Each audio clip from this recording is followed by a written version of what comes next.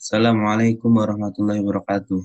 Pada kesempatan kali ini, kami dari kelompok 5 beranggotakan Abdul Jalil Hadaf, Fasih Alfala Putri Firdaus, dan Hisyam Prabowo ingin membahas materi tentang concern.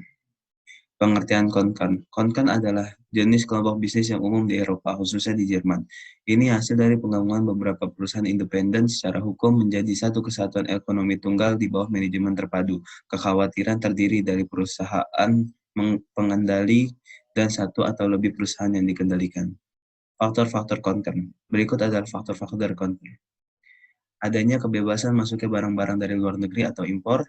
Faktor perseorangan, yakni adalah bagi seseorang yang sudah memiliki perusahaan kecil yang layak dan kuat kemudian ingin memperkuat lagi dengan cara membeli perusahaan kecil lainnya. Untuk mengurangi adanya persaingan dari perusahaan atau badan usaha yang sejenis, terbatasnya tanggung jawab dari pemilik badan usaha tersebut untuk mendapatkan bahan mentah secara berlanjut dan berkualitas baik bagi perusahaan tersebut. Terbatasnya pasar bagi perusahaan-perusahaan kecil sehingga perusahaan-perusahaan kecil tersebut mempunyai kedudukan yang lebih tinggi dalam persaingan dengan perusahaan yang lebih besar.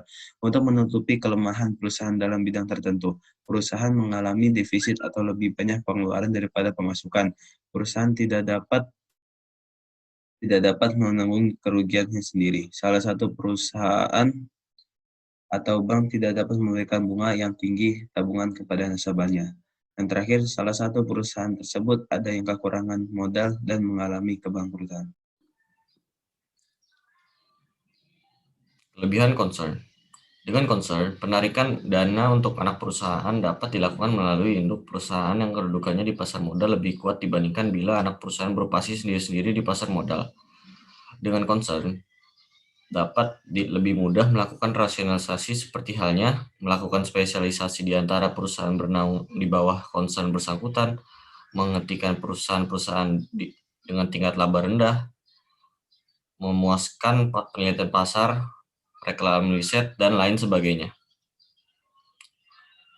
Dalam hal kebutuhan modal kerja, maka dapat mengalihkan modal yang menganggur di satu perusahaan ke perusahaan yang lain yang membutuhkan.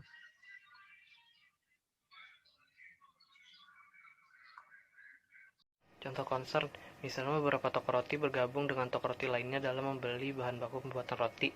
Mereka membeli dalam jumlah yang besar agar memperoleh diskon yang besar. Perbedaan concern dan holding company. Perbedaannya, holding company berbentuk PT, sedangkan concern membentuk perusahaan perorangan. Jadi, concern didirikan oleh seorang dengan membeli sejumlah besar saham-saham dari beberapa badan usaha. Golongan-golongan concern. 1. Grup usaha vertikal. Dalam grup ini, jenis-jenis usaha dari masing-masing perusahaan sesama lain masih tergolong serupa, hanya mata rantainya saja yang berbeda. 2. Grup usaha horizontal. Dalam grup usaha horizontal, bisnis dari masing-masing anak perusahaan tidak ada kaitannya antara satu dengan yang lainnya. 3. Grup usaha kombinasi. Dalam grup tersebut terdapat kombinasi antara grup vertikal dengan grup horizontal.